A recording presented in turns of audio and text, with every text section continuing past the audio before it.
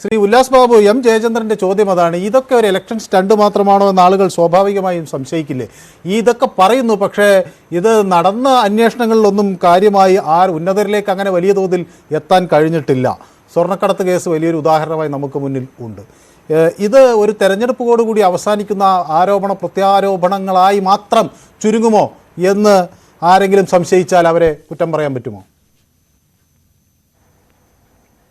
അല്ല, ഇതില് വളരെ കൃത്യമായിട്ട് മനു ഒരു കാര്യം പറഞ്ഞോട്ടെ.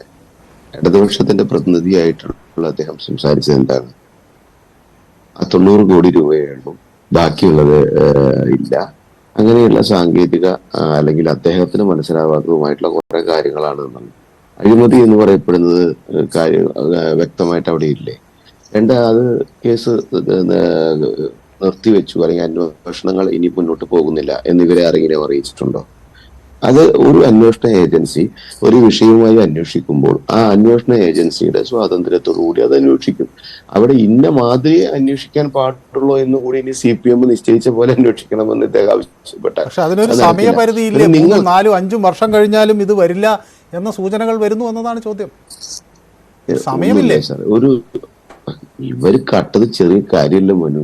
ഒരുപാട് കാലം ജനങ്ങൾ തുടങ്ങി ഈ മനുഷ്യൻ. അപ്പൊ ഞാൻ നിങ്ങൾ പറഞ്ഞപ്പോ ഇടപെട്ടില്ല. നമ്മൾ പറയുമ്പോ നിങ്ങൾ ഞാൻ ശ്രീ എം ജയചന്ദ്രൻ സമയം തരാം. അദ്ദേഹത്തിന്റെ കഥാപ്രസംഗം ഞാൻ തുടങ്ങാം. അദ്ദേഹത്തിന് കൊടുക്കും സമയം കൊടുക്ക്, ചോദിക്കും.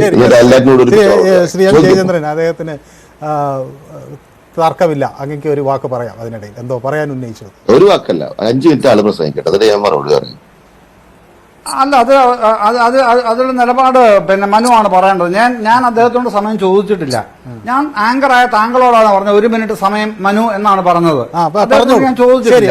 അദ്ദേഹത്തിന്റെ സൗജന്യത്തിൽ സമയം എനിക്ക് തരികയും വേണ്ട. ഏതായാലും അങ്ങ് ഒരു മുതിർന്ന മാന്യത കാണിക്കുന്നുണ്ടെങ്കിൽ മറ്റൊരാൾ സംസാരിക്കുമ്പോ കയറി അതിന്റെ ഉള്ളിൽ കയറി സംസാരിക്കുന്നതും ശരിയൊന്നല്ലോ. അങ്ങനെയാണെങ്കിൽ നിങ്ങൾ സംസാരിക്കുന്ന ഇടയിൽ ഞാൻ ഈ ചർച്ചയിൽ മുഴുവൻ സംസാരിച്ച് കാണിച്ചു തരാം.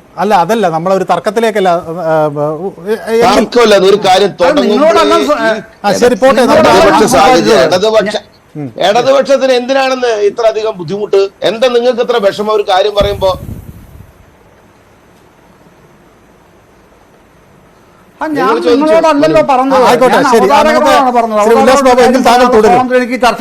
ഇതന്നെയാണ് നിങ്ങളുടെ പ്രശ്നം. സാങ്കേതികത്വം പറഞ്ഞ് അവിടെ നിന്നേക്ക്. കട്ടതൊന്നും കുഴപ്പമില്ല, നിങ്ങൾ ചോദിക്കപ്പ, കഴിഞ്ഞിട്ട് ഞാൻ സംസാരിക്കും.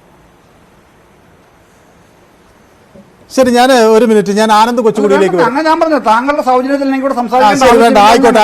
ഞാൻ 1 മിനിറ്റ് ശ്രീ എം ജയചന്ദ്രൻ, ഞാൻ രണ്ടുപേരിലേക്കും മടങ്ങി വരാം. ഞാൻ സംസാരിക്കുമ്പോൾ പിന്നെ അത് കഴിഞ്ഞ് എന്റെ സൗജന്യം ഈ വക നാണം കെട്ട വർത്തമാനം പറയുന്ന സംസ്കാരത്തിൽ നിന്ന് ഇടതുപക്ഷം എന്ന് മുക്തി നേടുന്നുവോ അന്ന് നിങ്ങൾ ഇന്ത്യ മഹാരാജ്യത്ത് 543 ആളുകളെ മത്സരിക്കുന്ന അവസ്ഥയിലേക്ക് പോലും എത്തുള്ളൂ. അതുകൊണ്ടാണ് ഈ ഉപ്പ് വെച്ച കലം പോലെ ഇങ്ങനെ അവസാനിക്കുന്നത്. അത് നിങ്ങൾ മനസ്സിലാക്കിക്കോ. അഴിമതി മുഴുവൻ നടത്തുക, സകലത് അഴിമതി.